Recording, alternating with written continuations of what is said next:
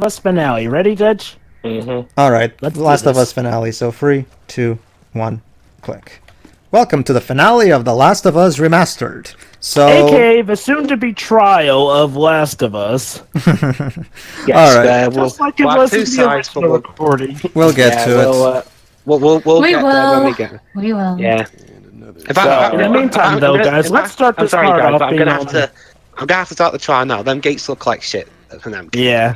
In the meantime, though, let's just start off this part with a nice, calm, quiet entrance into the secret base of the Fireflies. So, first, I got you're gonna say Fire Nation. Like what? And then everything changed when the Fireflies attacked. You know, it would really I believe that Joel and Ellie can save the world. When the world is Well, that's kind of actually that's kind of the idea, vanished. supposedly. So, Yeah, but when the world needed them most, they just fucked off. Oh, would you look at that? We just lifted Ellie into her doom. Just surprise me. Or not. Man, I can't wait for those things to be wiped Would out. be doom. Can Joel jump through that gap? no, Dwebs, it's a bit too high. I mean, Well, keep. Oh, it doesn't matter. Ellie's opening the door. Remember, we have to work together. well, this is kind of a remember this is kind of a Sony tradition that started with Eco back on the PS2. Sony IPs where two characters have to cooperate to get around the environment. This is a Sony trope, basically. Speaking of co-op thing, I hear that A Way Out is doing pretty well over in Europe sales wise. Yeah. Is that EA indie game? You remember the one who's been the guy who said "screw the Oscars." It's that game that has to be played in co-op, both offline or online. Well, at least A Way Out has the excuse of it was meant to be a co-op game in most you can do either online or local. So never mind. Well, it's not. Well, it's the whole.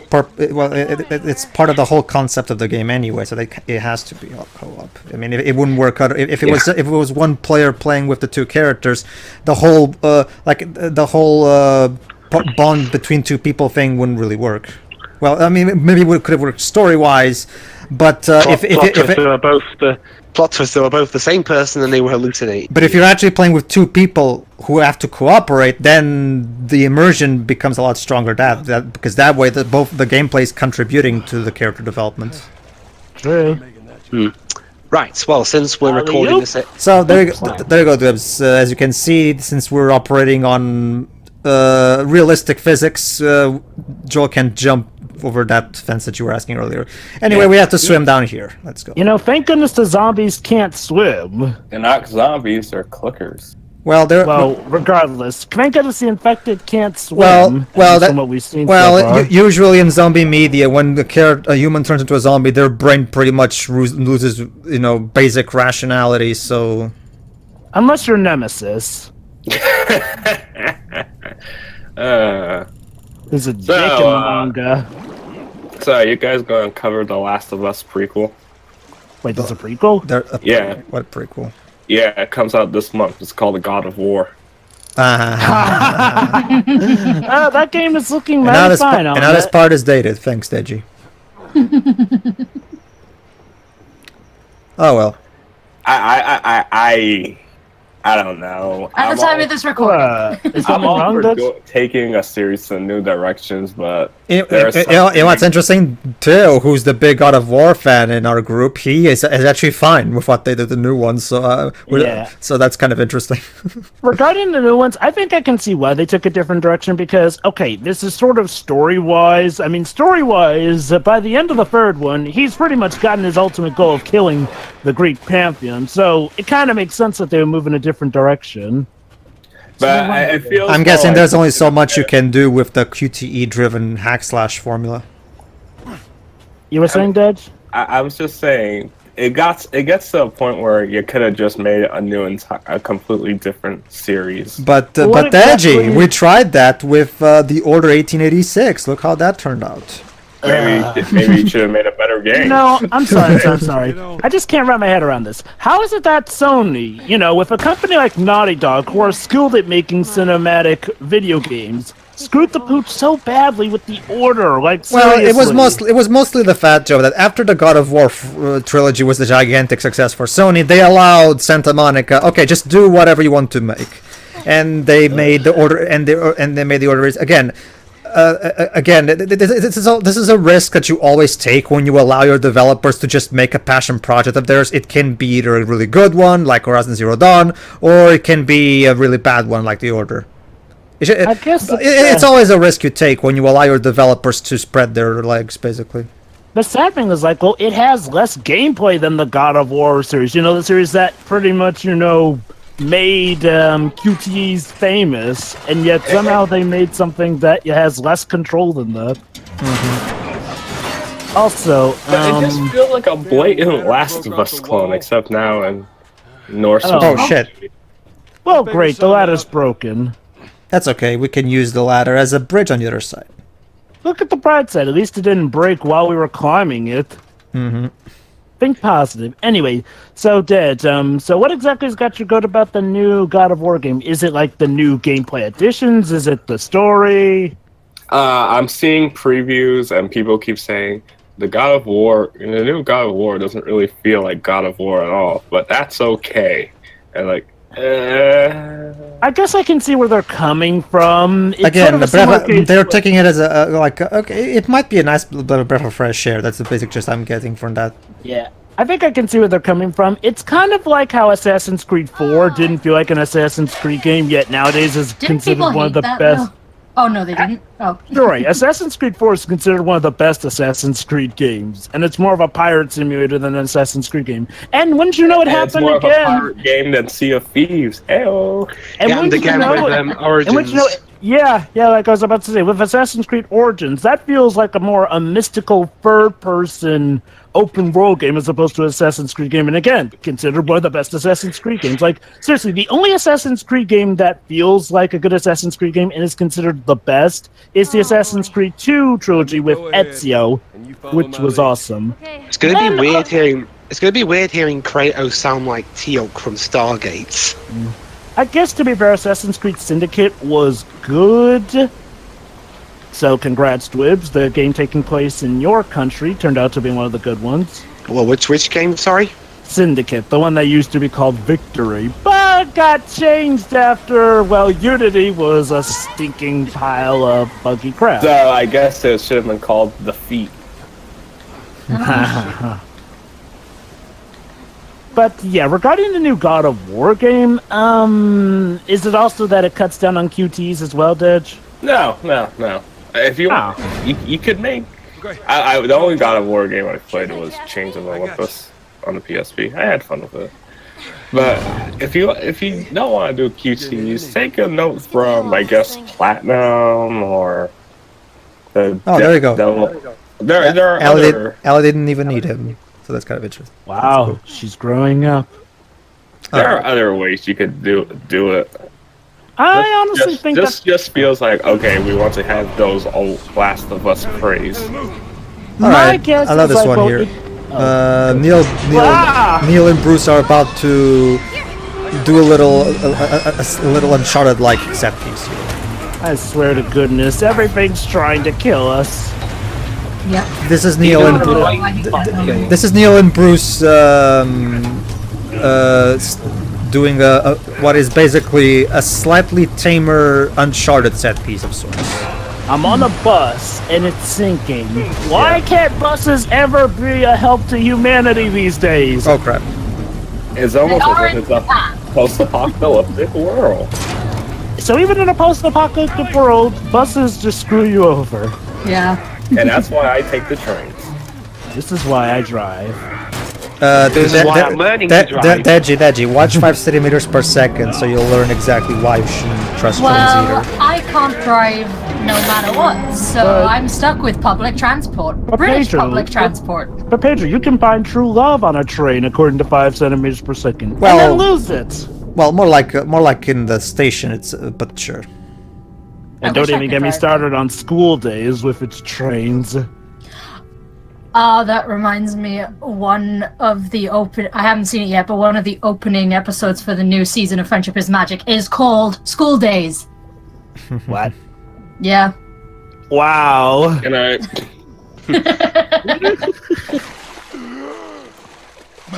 But Right, yeah, we need. All right, cutscene now. Cutscene now. So we're gonna get a lot of plot now. So Ellie, please don't die. It would be humiliating if after everything we've survived, it's water that ends the journey. Yeah. But there's a Water the odds. Huh? Dang there's it, Lapis! corner now. Oh no! Don't you dare talk about her. What are you talking about? That pun was funny.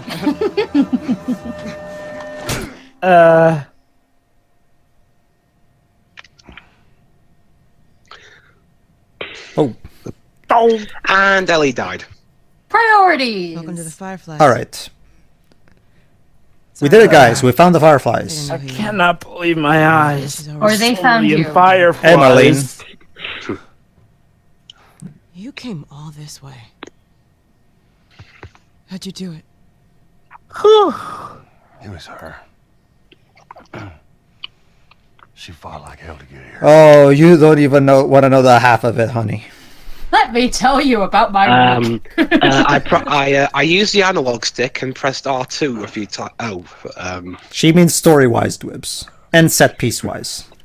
Well, set-wise, I guess the controls would kind of apply. This but isn't I a full digress. ball game, Dwibs. Come on. And then you show up. Well, if they make a Last of Us Part 3, that's what I'll make it, damn it.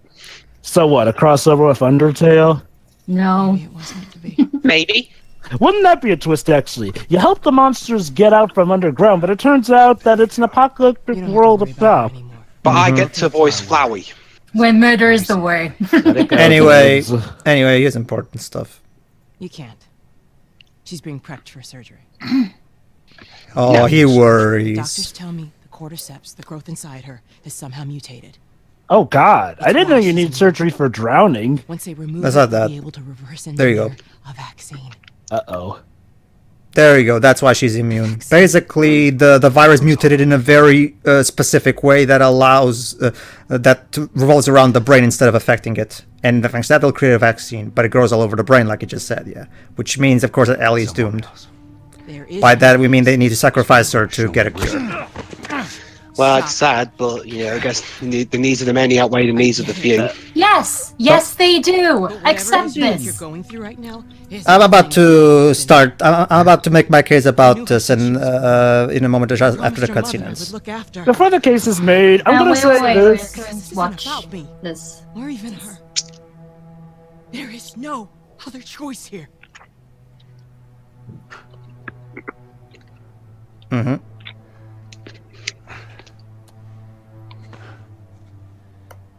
Yeah, you keep telling yourself that bullshit.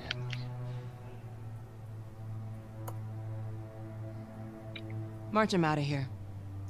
Okay, why don't you It's find true, that third though. option? Sorry, you said find someone else. You go find someone else then. Yeah. Hmm. You think you're so smart? You find it. So how did she get back here? What do you mean? How'd she get back here? Like, wasn't she injured last time we saw her? No. She was just unconscious. Yeah, she woke up and got better. I mean, she did get caught in the water, but that doesn't injure her. She was just it's typical. I'll just No, I mean when we I'll first just saw her in assume the, in the beginning of the game. Oh She's wait, good I think swimmer. Oh, you mean Marlene? Oh, you mean no. She didn't get back here. She went here. Like she was never here in the beginning of the game. In the beginning of the Yeah, game, she like was that. in. This is a Like, different how did place. she get there? She got there. She got here, by walking or riding in a vehicle. Yeah, I mean, well, whatever. do you really need to know the details of Whatever that? she Yeah. that's insignificant. If you're wondering how she got here easier than we did, it's simple. The Fireflies have a special Yeah, escort. remember, unlike We us, she has an unfortunately entire army at her command, so obviously it would be a lot easier for her to. Why are you aiming at his dick? Oh well, actually, it's there. Actually, it was like in the chest. More like I think. Hold on. Like his dick. It's actually in the midsection. Trust me, that can paralyze, and if you shoot enough times, it'll kill. Well, he killed him anyway. All right, so let me tell you about a little hit story of me when it comes to these variations of story, because now it's pretty much gameplay for like the next 20 minutes or something. All right. As Dwebs knows, I've seen Alfonso Cuarón's, aka the director of Prison of Azkaban's Children of Men. That was my first experience with this particular type of story, where I haven't, by the way. That's okay, Dwebs. But anyway. This type of story of a post-apocalyptic world, and there's this one person who's the key to saving mankind, and there's this guy who needs to protect her and take her to X place so that they can create the cure. You know, this particular formula. I'm not going to spoil anything, don't worry. I'm not going to spoil the movies, so you guys can watch it yourselves, so you can make up your own mind. Or an eventual commentary as well. Sure.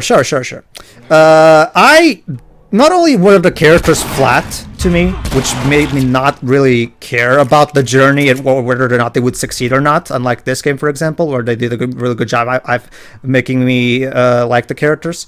Anyway, and the ending, I'm not even kidding. Children of Men doesn't actually have an ending. It just stops. I'm not going to spoil. Mega 2 style. Unfortunately, in order to get into specifics, Jova, I would have to go into spoilers, so I'm gonna just keep it at that, and you'll have to wait until either a commentary or if you want me to talk about it at a private time. Yeah, I'll wait for a commentary. Okay. The other movie that also inspired this game greatly was The Road, with Viggo Mortensen in the main role. I don't know if you saw that, Whips. The Road. No, but me and Shiori saw another movie that kind of did this thing recently with Danny Dyer in it. Yeah, we did actually. Is that a British movie? It's called British The Devil's. movie. It's called The Devil's Playground. Essentially, it's this plot, but in London. Okay. Yeah, Basically, would you say it was okay. executed better? And by the way, I haven't seen. And for the record, I haven't seen Logan yet. But however, considering it's based off the Old Man Logan comic, I'm assuming it probably goes the same route as that comic went. So I'm also, but yeah, that was also a really good comic. So I'll assume the movie's also great. The Road was also at a similar problem in the sense that they didn't really do a good enough job, to me at least, making the characters. Wait, hold on. You just shot, and the guy didn't even come. I'm sorry, what? Like, you shot at the glass, and the guy just didn't notice. AI. Maybe the next one will have better AI. Anyway. There you go. Haha. Anyway, so yeah, The Road, while it also didn't do I liked it more than Children of Men, but I still think it didn't do that good of a job to me in making the characters interesting. The same, for example, the kid was bland as hell. He didn't even barely had any lines. Trust me, he's no male Ellie. So and once again, and the ending just went the cliche route. Anyone here played the season 1 of the Walking Dead game? No. Well, do you guys obviously know how that ends? Yeah. No. Well, it basically the ending of The Road is literally the exact same ending as season 1. So it's basically that particular type of ending is the typical cliche ending that all these stories always end on. I'm not going to say which one it is because just in case Dubs and Shira are not familiar with it, but basically that's the typical ending that everybody always expects in these types of stories. The Walking Dead the game did it, and The Road did it as well. So by the time I got to this game, I was like, okay, up until this point, you've done this story better than any of the other iterations I've seen. Again, remember, this was 2013 before Logan, so I can't bring in that. And again, I haven't seen it yet.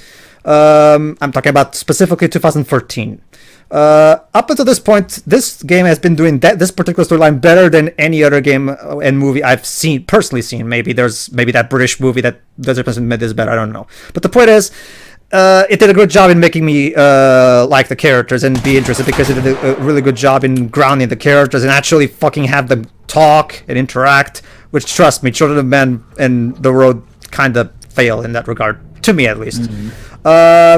However, when I was about to get to the spring arc, I was like, okay, so which cliche ending of this formula are we gonna use? Because I've been really enjoying the game up until this point. So, but I was really like, okay, I guess there's not that much they can do. So I guess, okay, I'm guessing we're gonna do the road ending. That's the most common one and it's the safest one. However, when we got to this point, one of the particular things that I was really interested in this ending, or more like this climax, I think that's a better term, was the fact that it really went against the typical trope ending that this type of story usually goes.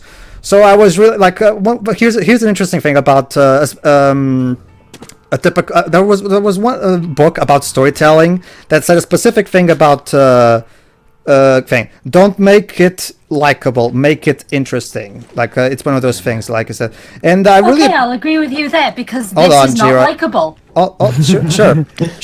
Even Shiroi's chomping at the bit, but go on, Pedro. Yeah. Oh, I understand that, Shiroi. Trust me. It's just that again.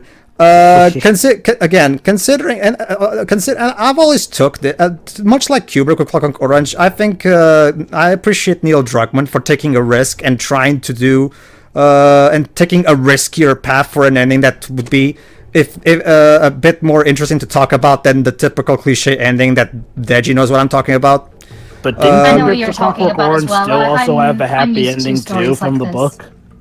Well, I don't know about the book, Joe. I only know about the movie. Sorry. The movie's an adaptation of the book, and for the most part, it's faithful to it. Well, Joe, I cannot talk about things that I haven't read or seen, so I don't usually like to. Pedro, I'm not talking about that. What I'm talking about is mainly how, like the book, it has the happy ending. So yeah, it's gonna become more obvious when we actually get to the proper ending scene. I really now that it's even becoming more interesting to me now that we're gonna have a sequel, and allow me to remind everybody that Neil Druckmann said this about the story. This is the only hint he's given is about the story of the sequel. If this game is about love, then the sequel is going to be about hate. Oh, good. I've been meaning to let that out. So I'm really interested to see how Joel is going to keep this lie out. Like how are we going to address the fact when Ellie finds out the truth exactly? So I am really looking. Because if they're going for realism here, then she's going to fight. She knows. No, actually, she doesn't know yet, Deji. What? Don't worry, we'll get to it. Remember, she's unconscious as of this moment, Deji. Remember, she doesn't know anything that's going on right now. No, it's gonna be the fucking lie revealed shit in the sequel, isn't it? Well, of course it is, but anyway, go on, Pedro. Carry on, Pedro.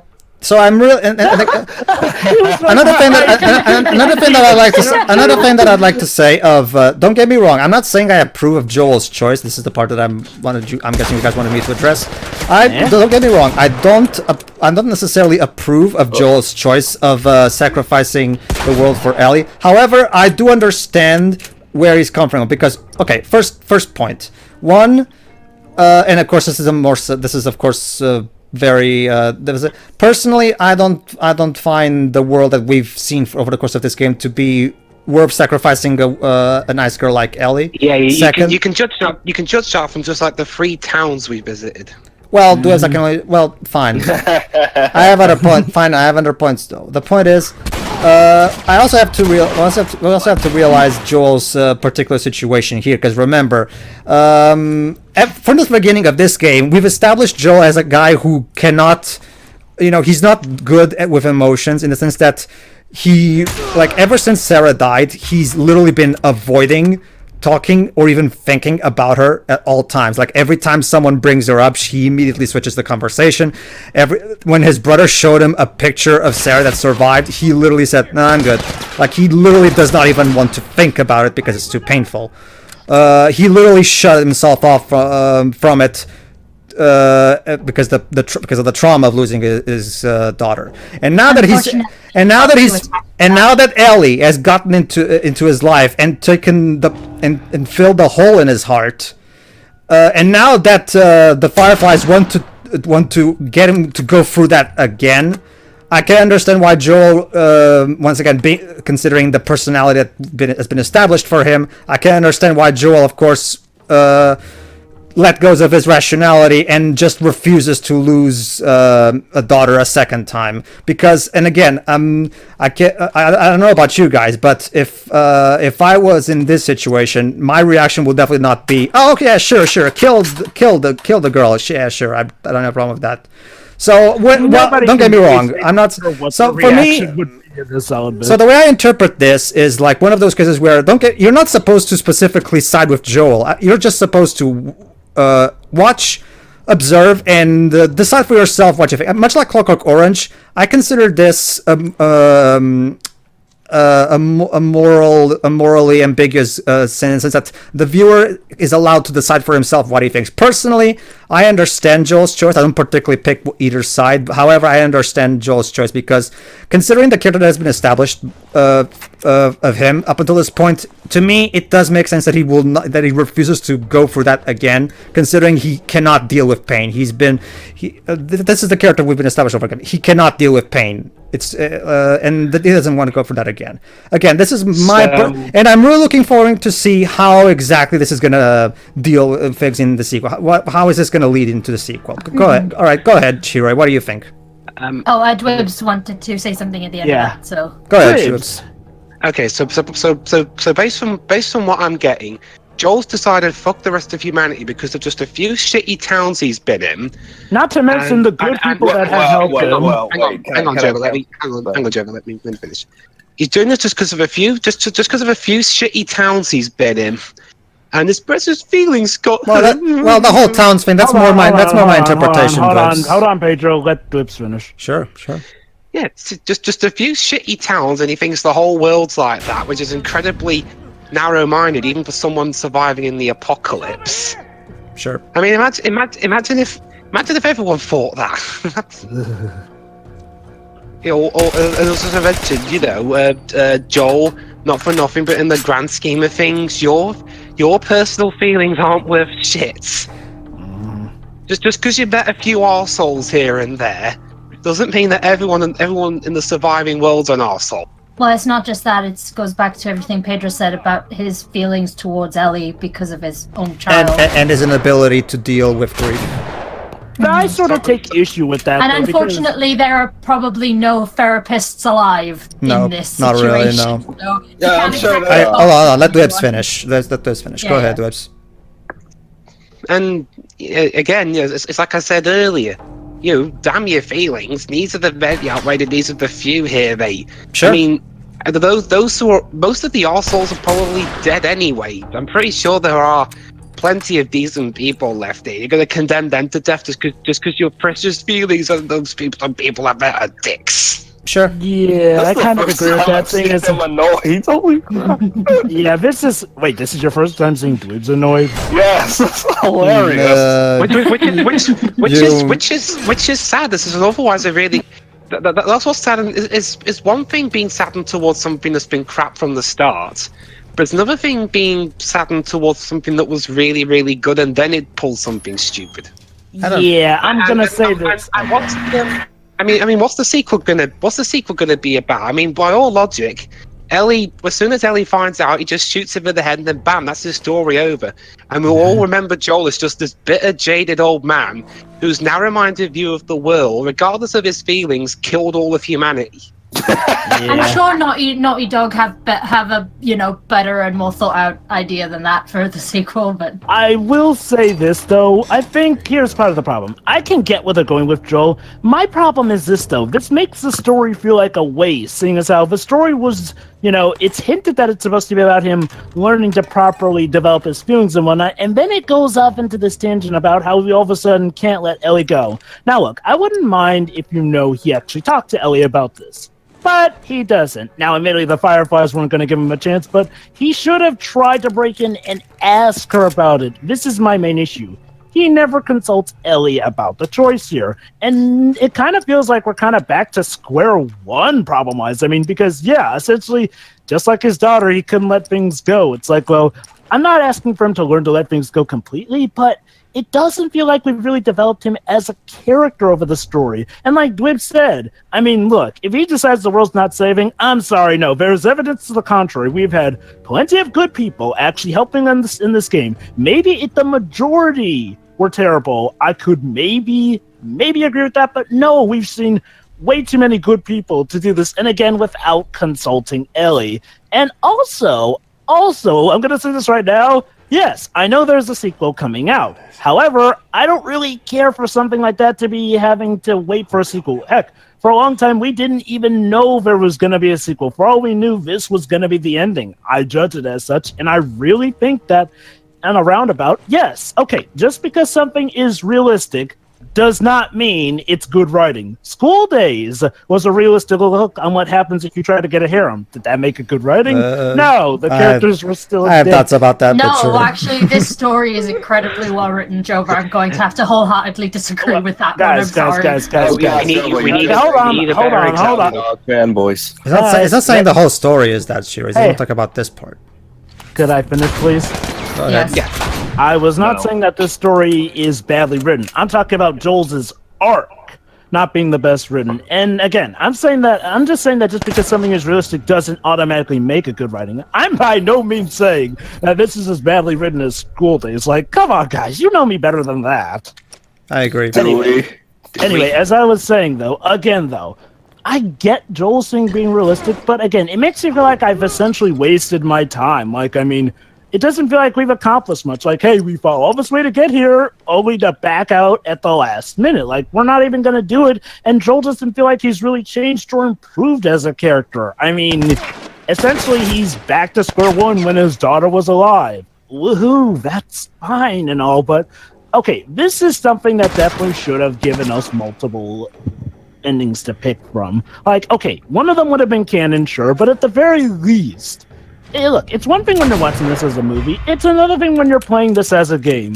Because, I'm sorry, if I'm playing through this, I have a really hard time justifying doing this. Like, yes, the Fireflies could have handled things better, but this doesn't even make sense logically. And I get it. Logic does not always go with a character's psyche. The problem is that also this story has mainly worked on logic for the most part, so it feels weird to just throw it out here again without any say from Ellie, the actual person in question. Like, okay, had he actually asked Ellie about this, and if she had actually agreed that she doesn't want to die, I would not have as much problem with this ending as I would. Because don't get me wrong. Can I have a counter argument to that? Let Joe finish first, though. Go ahead, Yeah. Joe. Because, again, I will get this, Okay, if Ellie actually knew about this, and, they were forcing her to do it still, but she didn't want to, I could understand this because it's against the consent of one another. Like, it's one thing to kill a person, but when it's against consent, that is where it really gets really double notch here and there. However, if Ellie was willing to sacrifice herself, then effectively, Joel, you've essentially killed these people for nothing, because Ellie's probably going to hate you when the liar reveal thing happens, and then she's probably going to try and find the next people to sacrifice herself to. And again, maybe, okay, if they had just let us know from the get-go there's a sequel in mind, maybe I wouldn't take this as harshly. I still don't find it that excusable. But the fact that we didn't know there was a sequel coming still is what left this feeling rather empty. And I get it. Sometimes the journey doesn't mean as much as the destination, but essentially in a post-apocalyptic future where, the idea is to save humanity, the destination kind of is, well, it hits a bit close to home, to say the least.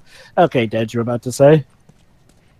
About the whole asking Ellie for her consent. Did the Fireflies ask her? Well, that's the thing. That's actually a good point. Yeah, that's It's the thing. like we were journeying over here anyway for this. That was the reason we came here in the first. Yeah, but did Ellie know about what they were going to do? What he means, Dwibs, what he means, Dwibs, is that he's asking, does Ellie know that she has to die? That's what she's asking. Yeah, I actually addressed that earlier. It's like, well, again, we don't know if Ellie knows. That's why I'm saying if Ellie actually got some input on during this part, I would probably be more softer on this ending because we're left in the dark completely. We don't know if Ellie knows what she would have said, the ramifications.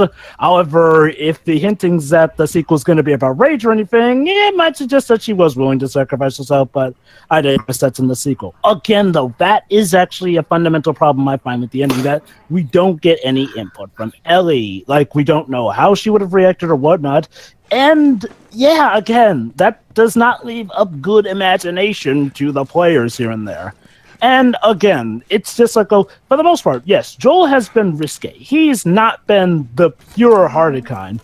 But this does kind of feel a bit vile to the point where we're killing people. Some of these people who, for all we know, are just guard people on the duty, you know, just following orders. Like, Well, they are probably. doesn't help.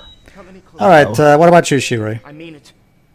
Well, I agree with you mostly, Pedro. I mean, you know, not every story can be multiple choice or should be multiple choice, and Actually, I can agree with Jova that maybe we could have had multiple endings, but aside from that, go ahead. But now, should I wait till after this, or? Oh yeah, I might as well because this is one of my favorite parts, gameplay wise and music wise. Yeah, sure. I love Let the me know music when in I this can- section. Do you recognize this music? And of course, the way he's moving right now. Yep. Yeah. So it's happening all over again. All right, go ahead, Shiroi. Oh, okay. I still think this is incredibly well written in terms of the character arc. I will agree that you know, we could have had a little bit of input from Ellie, not while Joel was around, but you know, from Ellie's perspective, because we have seen parts of the story from her perspective, so that wouldn't be too out of place. And well, Sure, go ahead. I'll give Joel the slight benefit of the doubt because, again, he's not in a situation where he can actually get some genuine help for his issues. They've just been left to fester with him, you know. Sure. But what kills this for me a little bit is that one of You can't save the her. most Even if you interesting get her out of here, then protagonists in video gaming How long before she's within fully minutes justified has technically? gone from, again, incredibly That is if you hadn't intriguing raped to them. having one of the most punchable faces For you to decide. in gaming. What he did was incredibly selfish. That's what we call irony. Yeah. I realize this is the same problem with Ellie Noir. Character who's all around fine, but then, oh hey, let's introduce some drama and make him a scumbag. I mean, I like that, and I like that the writers managed to make me genuinely frustrated about this, because that means they've done a good job with this. But at the same time, it's like there is a lesser of two evils here. Neither option is great. But again, there is the better of the two, and I'm not in Joel's situation, and I honestly can't say that I'd know exactly what I'd do if I was in a situation, but the point is I'm not, so this is where I stand on this. Sure. Yeah. You're a selfish asshat. For me, Yeah. It's still brilliant. sure. For me, I really like this ending because here's the thing: Drugs are still would the cliche ending of Ellie dying give us as much to talk about as it's doing right now?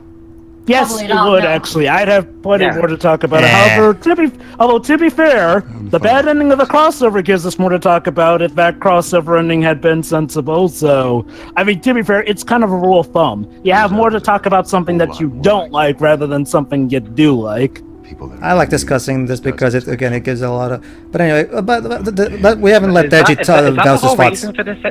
Is that the whole reason for this? Just so people could talk about it, because that's how crazy and controversial it is. Oh, God, that's the Hey, what's the foundation. comic That, books? it's the foundation that Last Jedi was founded on, and I really do not like that foundation. It's the foundation of what they did with Hydra Captain America.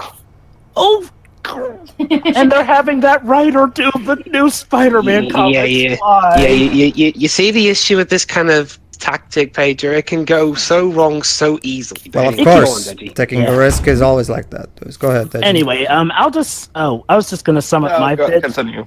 Yeah, again, it's like LA Noire. Yes, the way they show the thing about the truth of the character, it's written well physically, but it's the thought behind it that's just annoying. Like, and don't get me wrong, in LA Noire, there's no debate about it. It's clearly a last-minute thing in their way to make supposedly Cole Phelps a more complex character by having it go, oh, you thought he was good, but it turns out he's a scumbag because of his cliche liar reveal tripe. But anyway, I think Blibbs knows what I'm talking about. Yeah. Well, Well, it's still now, good. I think he still can be a good person. He's just incredibly misguided given the situation he's in. Go ahead, Now- Deji. now- We haven't let Deji now- talk much, though. don't worry, it'll be quick. Now all I'm going to be doing for Last of Us Part 2 is just waiting for when that shit's going to be, when that's just going to come to us so we can get it over with. Anyway, go on, Deji. Pretty, ain't it? Listening to both sides of the spectrum has kind of made me think about this more. Initially, I was with Jova. I was like, wow, this ending pretty much feels anticlimactic, underwhelming. Now, I don't know how to feel about this. Sure. I can understand where you're coming from, Pedro.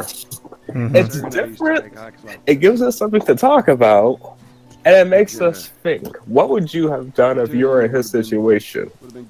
Because all the shit he has, pardon my French, everything he's gone throughout these years, and having him trying to live through that again does seem a bit harsh. And even before the whole Sarah's death thing, he was going through a lot of personal stuff as the game, like that phone call he was with at the beginning of the game. It was like he was, I think he was struggling to get by or something like that since he was a carpenter.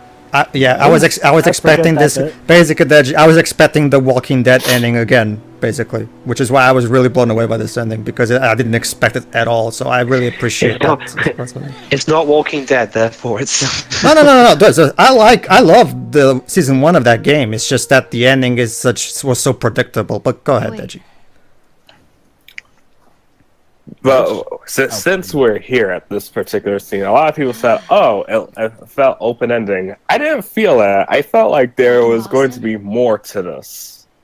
Yeah, I mean, it's weird. For such a lengthy game, this ending does feel a little too abrupt for its own good. Yes. Best friend was there.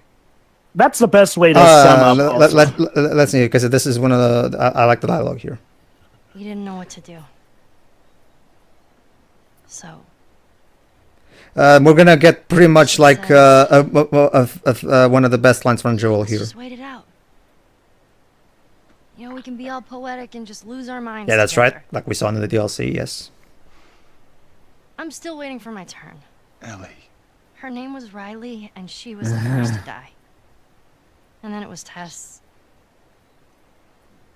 And then Sam. None of that is on you. You don't understand. I struggled for a long time with surviving. And Oh, here you no go. matter what, you keep finding something to fight for. Now, I know that's not what you want to hear right now. Swear but to it's- me. I love that how he was like saying Swear to me I've that struggled everything so that you long said for about the surviving, Firefly just is for true. surviving, and then he interrupts himself. Like he was literally about to say that he gave him new meaning in life. yeah. If he finished that sentence, that'll be the end of the game. Ellie just shoots Joel. So what do you swear on, Joel? Yes, Basically, he told Riley that the Firefly said it's okay to go, they'll find another. No, yeah. Okay, And that's it, game over. and that's it. Okay, so I'm really looking forward to see how they're gonna play this out in the sequel. So I'm really looking forward to that. It reminds me of that little gag in the Nostalgia Critic review of Star Trek Insurrection where, do you think the moving of 800 people to save 800 billion people is epically sound? You are selected? Yes. All right. Of course wrong. All right, Deji. Before we start our final thoughts on the overall game, now that we've all talked about the climax/ending, why don't you finish your thoughts since we didn't let you finish? Go ahead, Deji. Yeah, I that's pretty much it. I did see people say that, oh, I want to see a Last of Us 2, but since it's an interesting world, interesting gameplay, but we didn't need Joel and Ellie.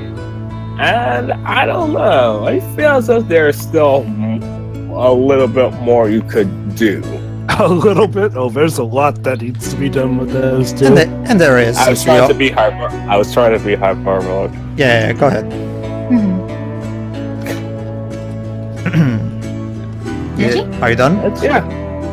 Okay. Yeah. All right. In that case, I just want to know, like, if they are going to continue their story, there has to be like an end point and story to it. It says like, oh, everyone just dies. The end. we'll see. It depends on what Neil has planned. Anyway, all right, Shiro, since you're the one who has least experience with this game, since this was basically a blind thing for you, what do you think of the game overall?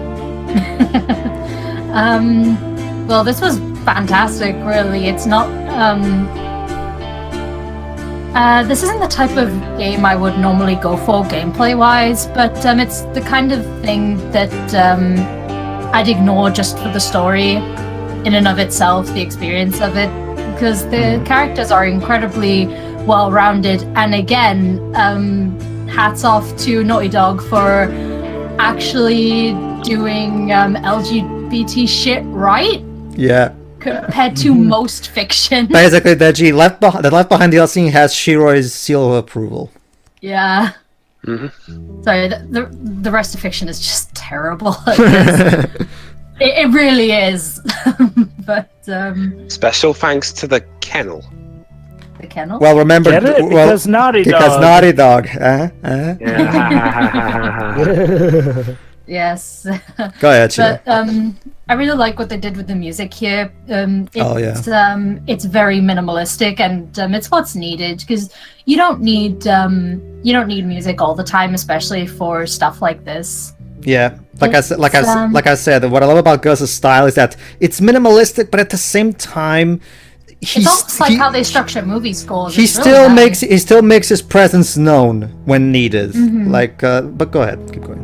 The acoustic guitar pieces are all really freaking nice. Anything else? The graphics for Okay, PS. Warbeard. Remember, They're pretty.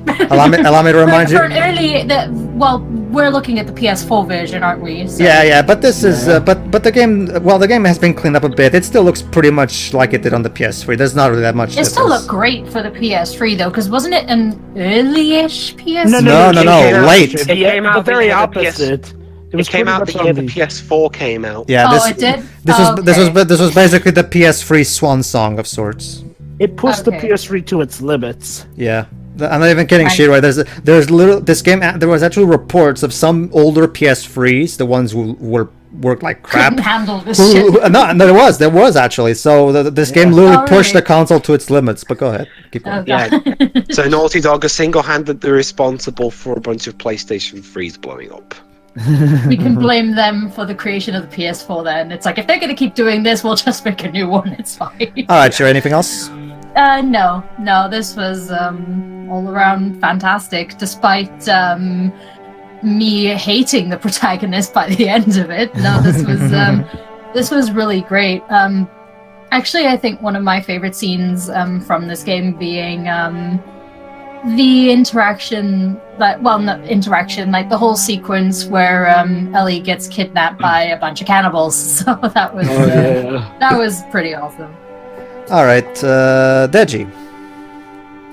Well, I haven't played the game, but I am interested. Well, from what you've seen here, what do you think? It does look like a fun game to play for. Well, even though most people I know talk about the story rather than the game itself. Well, it is incredibly story-driven. I agree, but I agree with Deji. Actually, the gameplay sadly doesn't get as much credit as it should, because while the gameplay is simple, I think it does a great job in exploiting all the simplicity that it can get from it. So my guess is because essentially it's sort of like an upgraded version of Uncharted's gameplay, in that, like, well, I mean, minus some of the platforming, it's incredibly similar to Uncharted. That would be my main guess why many people don't talk about the gameplay as opposed to the story. Because, well, the gameplay has kind of already been praised. All right. I really And to like be what they fair, did with it though, in terms of on how limited you are, because they really go for the realism in that sense. Because there are a lot of games where ammo Especially- is limited anyway, but especially with things like bats and such that only get a couple of turns of use because they're so fragile, given the condition they were found in. That's really. Trust me, Shiro. If you play on realistic mode, okay, the hardest difficulty, they only give you the bare minimum that you need. Like Screw that. Anyway, go ahead, Deji. Sorry. Yeah. So I do want to pick this game up, Yeah, you can get it on PS3 or PS4. and I have both. Although I recommend PS4 because you can play in 60 frames per second. That Plus- and it's a lot plus there's- easier to get these days. Plus, there's less risk of your house catching on fire with the PS4. And it has all the DLC already included. Anything else, Deji, you want to say? No, that's all. All right, go ahead. Go ahead, That'd Wibs. be quite something to file on your insurance claim. My house burned down because of a Naughty Dog game. It's happened probably somewhere. Go ahead, Wibs. Final thoughts. The genre isn't really my cup of tea, I'll be honest, because I'm not much for survival horror. But the story, 95% of the time was really well told. The music definitely fits the game again, even if it's not exactly to my tastes. Good, Leo. I don't mind a melancholic guitar piece, but I love a melancholic Me guitar too. piece. I just prefer there being more to it. Just give me just a moment, Wibs. Shiro, have you seen Brokeback Mountain? No. Because Guz also did the score for that movie. Really? So aside from being I think you mentioned that a couple of times. so aside from being an LGBT movie before they were cool, remember this was back in 2005. It also has Gus Santaella score. So Wait, 2005? I thought that movie was much older than that. No, it's 2005. It was Ang Lee doing LGBT stuff before it was cool. So I thought it was a much older movie. anyway, It go has ahead. to be older, Sorry, because Heath sorry, Ledger's in it. Debs, keep going. Again, yes, like I said, the only things that really bother me are the shitty ending. All right. Oh, well, that and also a couple of the missions not being all that exciting. Fair point. And it can be a bit repetitive. Sure. Yeah, if I fuck it, I hate this game. No, I'm kidding. All right. all? That all, Dubs? Yes. Go ahead, All Joe. right. Yes, this game sucks. Yeah, no. Go ahead, Joe. Anyway, It's a good game.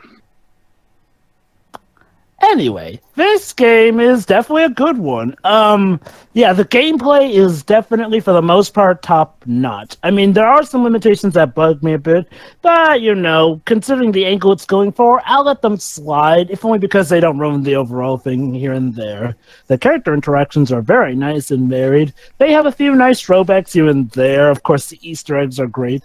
The writing is definitely some of the best I've seen in a video game. The characters are true to the nature, and they're all very well written. I pretty much like most of them.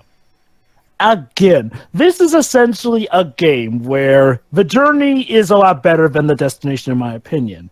The destination, unfortunately for me, this is one of my cases where, in hindsight, it makes it harder for me to replay the game because I just really do not like the ending. Yes, it's... okay. The dialogue is well written. I don't really think the way the story goes is that well written. I'm not saying it's bad, but I don't think it's well written. Like I said before, I think it lacks player choice here and there. It really feels a little too stupid, even for its own good. I don't like how Ellie does not get any say on the matter. And yes, I'm not particularly fond of knowing that we're going to get a liar revealed unless he continues to lie. It's like, again, the issue is that I feel that it wasn't really necessarily earned for Joel to do something this scummy without at least having a confession issue. Like, okay, if he was going to do something this scummy, I wouldn't expect him to actually lie about it. Like, well, that's the way it's been going. But he does, and I guess we'll have to wait and see. Again, I'm just looking forward to when this can be put behind us, hopefully. I will say, though, I did not care for that ending. I really do not like it. In fact, again, if bad endings put you off of, you may just want to watch this on YouTube. But it would be a shame because there is a lot of good gameplay. Granted, I will say that I do think that Uncharted 4 does the gameplay thing a bit better, but that's Uncharted 4. It has a lot of advantages. Essentially, though, again, this is a great game, except for the ending, which is, in my opinion, extremely bad and kind of ruined the experience for me. Again, I'll enjoy what I enjoy, but that ending just sucked. Okay, then, Pedro, take us away. I still really love this game because, like I said, I really appreciate the attempt at deviating from the cliches that this genre usually goes to in the ending. Of course, it's been proven over the course of this commentary, it's not going to be up to everyone's taste. In fact, however, like I said, I appreciate Neil Druckmann for taking a risk. Of whether it paid off or not, it depends on the person, obviously. However, I appreciate Neil for trying to do something, for trying not to just do the safe option that I was expecting, because it would be so easy for him to just have either Joel or Ellie die, and that's it. Because that's how these stories always end. And it's it's been done so many times. So I really appreciate Neil for trying something different that, of course, will probably lead to something interesting in a sequel. We'll see where exactly is he planning with that. But anyway, yeah. The gameplay, I really enjoy the gameplay because it feels like a more calmer and tamer Uncharted, as it should, considering the themes and the overall Except atmosphere. with zombies. Yes, with zombies. Although, to be fair, Uncharted had a few zombies, too. So yeah, even though the zombie genre is of course overdone nowadays, I still think it can be done. You can still make a good zombie game if you know what you're doing, and I think Neil Druckmann and Bruce Shirley knew what they were doing with this. They did a good job in making the overall zombies interesting because of the 3 different stages, for example. Well, technically 4 if we count the ones that are nothing more but a splatter on the wall. Sure, fine, 4 phases. So I think, again, regardless of how much flack the zombie genre gets in games nowadays, I still think it can be done well. Walking Dead did it fine. This game did it fine. And I'm confident that Last of Us Part 2 will also do it fine. So I'm really looking forward to that. Like everybody else said, the music is so great. Like the music, while the music does get recognition, but still not enough, if you ask me. Gustavo is such a great composer, and he's coming back for the sequel, isn't he? Yes, he is. Glad, and I'm so glad because I really had the first trailer open up with somebody playing an acoustic guitar. Yeah, let me put it like this: with Yoko Shimomura, give her a piano and she'll produce magic right there. With Gus, give him an acoustic guitar and it'll produce magic right there. Like each musician has his own instrument where he specializes in, and Gus is definitely an acoustic guitar master. Like every time the guitar comes in, it's so beautiful, so wonderful. I love it. So yeah, looking forward to hearing more in the sequel. And the graphics still look fantastic for a PS3 game. The art direction in particular is what makes it so great for me, because it would be so easy for Neil and Bruce to fall into the usual trap of making a game like this just look boring and brown or gray and stuff like that. But no, there's actually a lot of different colors. There's like whenever you go into a forest, it's green and lush. When you go into a city, there's all the colors. Like the coloring scheme is not, it's not overly colorized. Obviously, it can't be as colorful as, say, an Uncharted game, obviously. However, it still manages to reach a perfect balance of the colors being mute, I guess that's the term I'm looking for, while at the same time not going to the other extreme and making everything look brown or gray. So I really appreciate that they managed to find that balance. So I really appreciate this game. I think it's a great game. I still think Uncharted 4 is still, to me, the best game Naughty Dog has ever made. But this game in particular is still a game that I still like coming back to it, because I find the story interesting. I find the gameplay fun. So I'm really looking forward to the sequel. So tune in for the sequel, or maybe we'll do the behind-the-scenes documentary that comes with the PS4 version, and it's on the PlayStation YouTube channel, so it's easy for us to go. So we'll see. Depends on whether we have time and if we're in the mood. You might see the next thing you'll see is either the sequel or that documentary. It depends on how things go. Anyway, unless anybody else has anything to say, I guess we're done. Yeah, pretty much. Yeah. All right, see you for the sequel. Guys, this has been the last of our parts. We'll see you for the Last of Us 2. See Joe, you. the brain scratch already made that whichever one joke. comes first. Well, I didn't watch the brain scratch commentary. See you, everybody. See ya.